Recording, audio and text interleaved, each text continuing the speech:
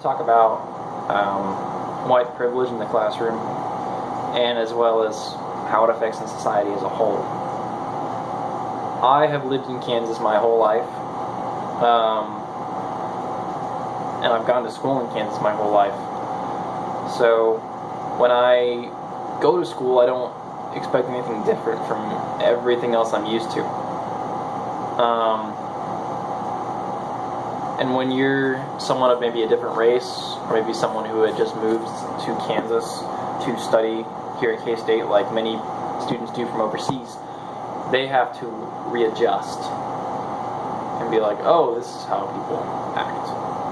And then they also have to keep up at the same pace as we do.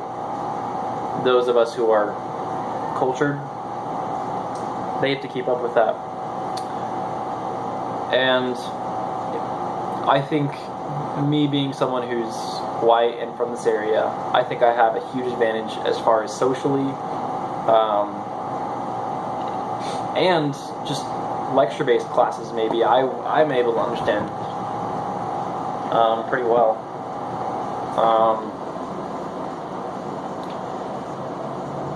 I found a list online of things to look out for as far as things that are affected by your color and how it affects social aspects. The first one is, I can, if I wish, arrange to be in the company of people of my race most of the time.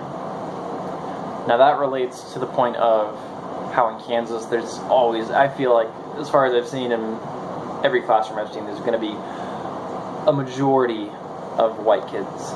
And so like the kids who are black, they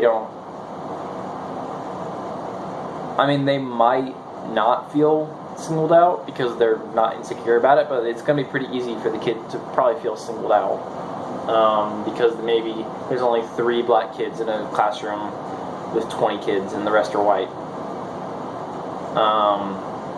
And so then they're just going to be known as the black kid or one of the black kids, and maybe all 3 of those black kids came from similar situations, and maybe because of socioeconomic reasons, that family did not grow up, or that family did not progress with a lot of opportunity for that child to learn, and so maybe that kid, also maybe there are issues at home, and this is unrelated to race, but then maybe there are domestic issues at home. Maybe there aren't families, and so it's easy for really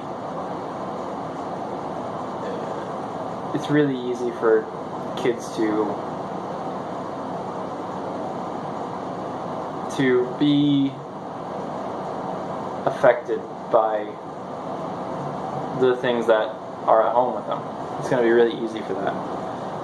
Another thing on the list I should say is, if I should need to move, I can be pretty sure of renting or purchasing housing in an area which I can afford and in which I would want to live.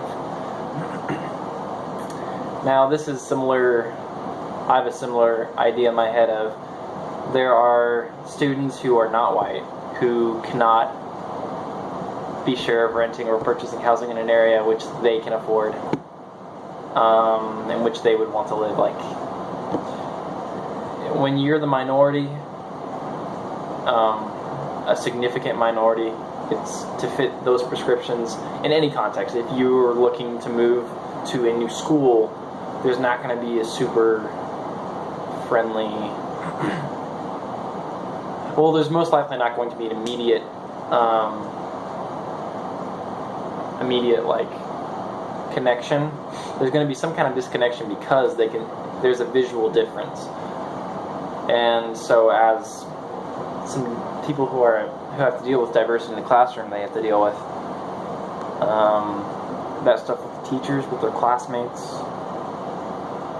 Another thing off the list is, if I want to, I can be pretty sure of finding a publisher for this piece on white privilege.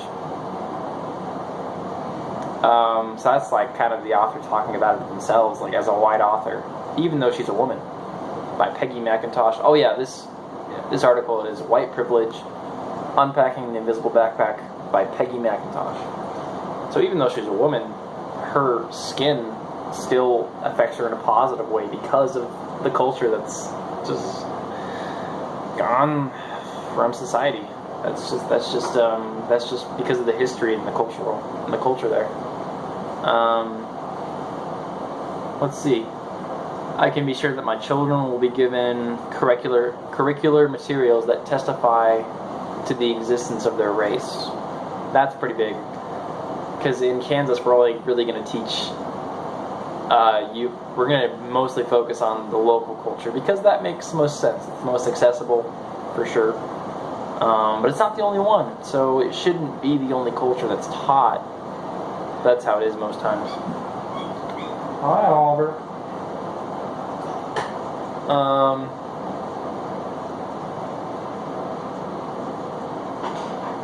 And plus, with classrooms in Kansas, there are so many different cultures that a student could come from. I mean, we might notice a trend. We might notice more Hispanic students coming into the classroom.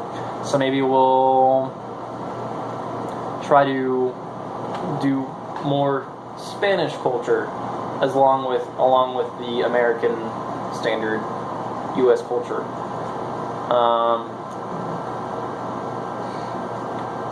Another thing off the list here is I can be pretty sure that if I ask to talk to the person in charge, I will be facing a person of my race.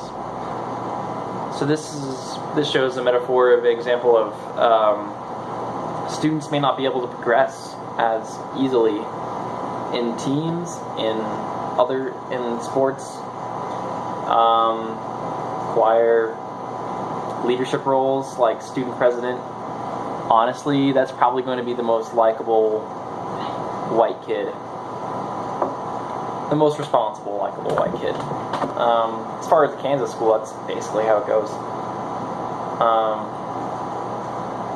And so, this could also be a statistics. I mean, maybe the teachers are perfectly fair to all their students, even though they have like 17 white kids in the class and 3 Hispanic kids, or maybe like 2 Hispanic kids and 1 black kid. Logically, you're probably going to get more white kids to advance because there are physically more white kids in this space. So anyways, there's a huge effect of white culture, I think, in Kansas at least, for sure. There's like, it's just all we see is white people.